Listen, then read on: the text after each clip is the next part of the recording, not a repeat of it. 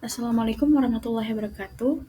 Perkenalkan, nama saya Nasya Manda Putri dari Teknik Komputer.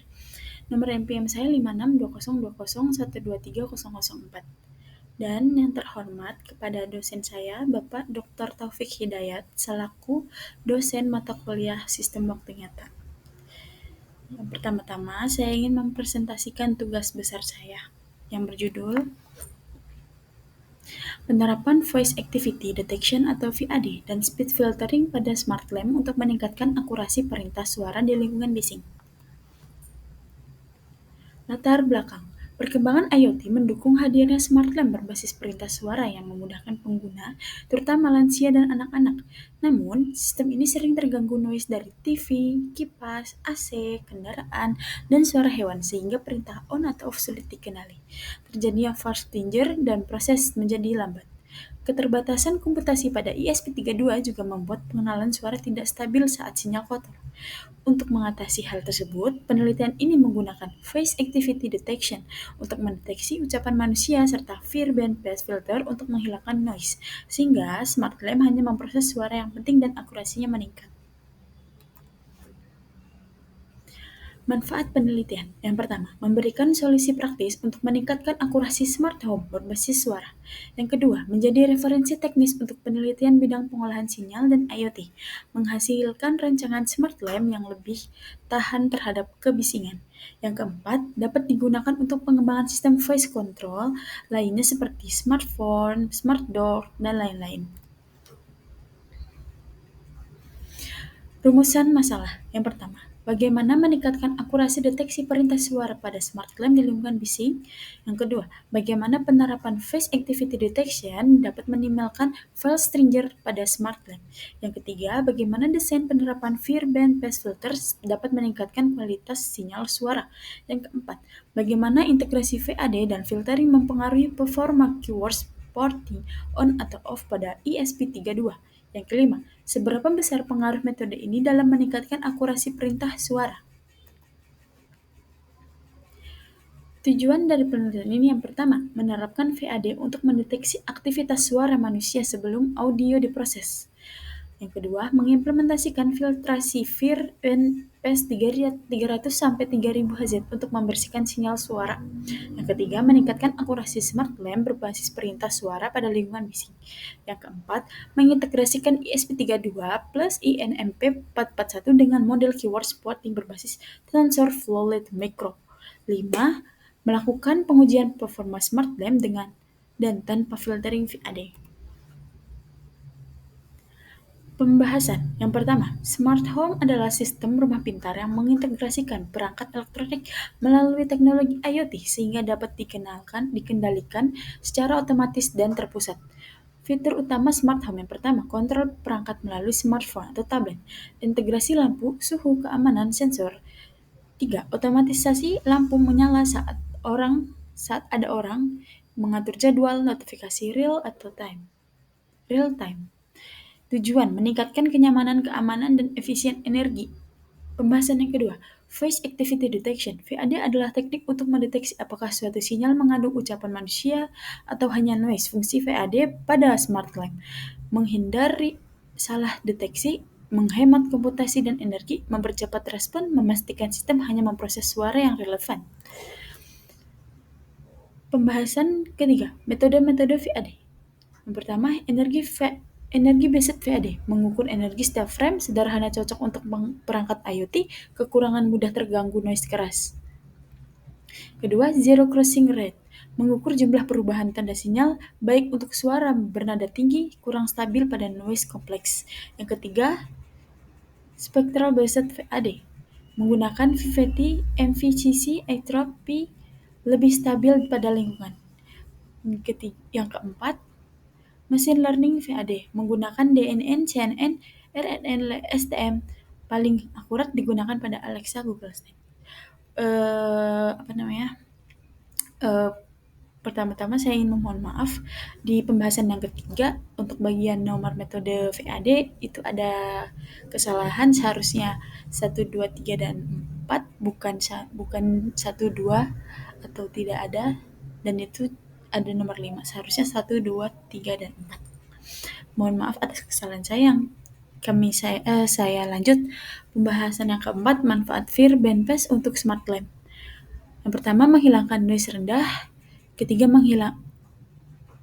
yang kedua, kipas AC dengungan getaran ruangan. Ketiga, menghilangkan noise tinggi. Yang keempat, desis gesekan interferensi elektronik. Yang kelima, membuat fitur audio lebih stabil. Yang keenam, meningkatkan akurasi VAD karena noise ditekan lebih awal. Pembahasan yang kelima, mikrofon INMP441, mikrofon digital MEMS dengan output I2S, hasil audio lebih bersih dan minim noise listrik, omnidirectional, menangkap suara dari segala arah, cocok untuk pengenalan suara dan sistem suara real-time pada smart lamp, menangkap perintah seperti nyala lampu atau matikan lampu, mempermudah proses filtering FIR dan VAD, stabil untuk sistem keyword sporting. Pembahasan yang keenam, frekuensi suara manusia, kategori utama frekuensi suara manusia. Yang pertama, fundamental. Yang pria 85 sampai 180, wanita 165 sampai 255 Hz, anak-anak 250 sampai 400 Hz. Foreman, bagian paling penting untuk pengenalan ucapan. Ketiga, rentan total ucapan hingga 8 kHz. Rentan 300 sampai 3400 Hz dipakai pada telepon, VoIP, dan sistem smart lamp berbasis suara. Pembahasan yang ketujuh, ESP32, mikrokontroler IoT dengan Wi-Fi dan Bluetooth, proses dan dual-core performa cepat mendukung edisi DAC, I2S cocok untuk audio, hemat daya, ideal untuk smart home, banyak aplikasi dipakai di smart lamp dan voice control. Berikut gambar flowchart atau sistem alur yang saya buat.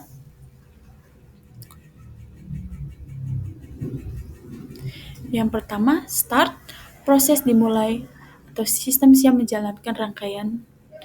Yang kedua, lanjut ke pengguna bicara, sistem mulai merekam atau menerima sinyal suara dari pengguna. Lalu lanjut ke filter FIR Bandpass 300 sampai 3000 Hz. Itu menjelaskan tentang sinyal suara yang diterima diproses melalui filter FIR Bandpass untuk hanya mengambil frekuensi suara manusia saja. Fungsinya bisa menghilangkan noise rendah maupun tinggi, terus menjaga sinyal suara tetap bersih juga. Yang keempat, lanjut ke VAD. Tahap yang paling penting sih, sistem mendeteksi apakah suara manusia masuk atau tidak. Jika VAD tidak ada suara, maka relay mati. Jika VAD ada suara, maka relay nyala atau nyalakan relay. Lanjut ke lampu. Setelah relay dikendalikan on atau off, lampu akan menyala, dan jika mati, relay akan off. Setelah lanjut ke selesai atau proses satu siklus selesai.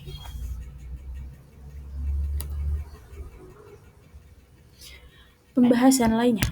Penelitian ini menggunakan metode eksperimen kuantitatif untuk menguji peningkatan akurasi smart lamp berbasis perintah suara melalui penerapan Voice Activity Detection (NPS) yang pengujian dilakukan di lingkungan indoor seperti kamar dan ruangan pada dua kondisi berbeda, yaitu normal.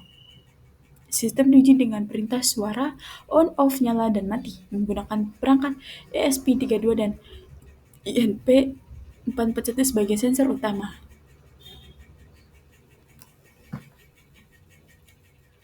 Hasil eksperimen, ini gambar gelombang asli, bisa dilihat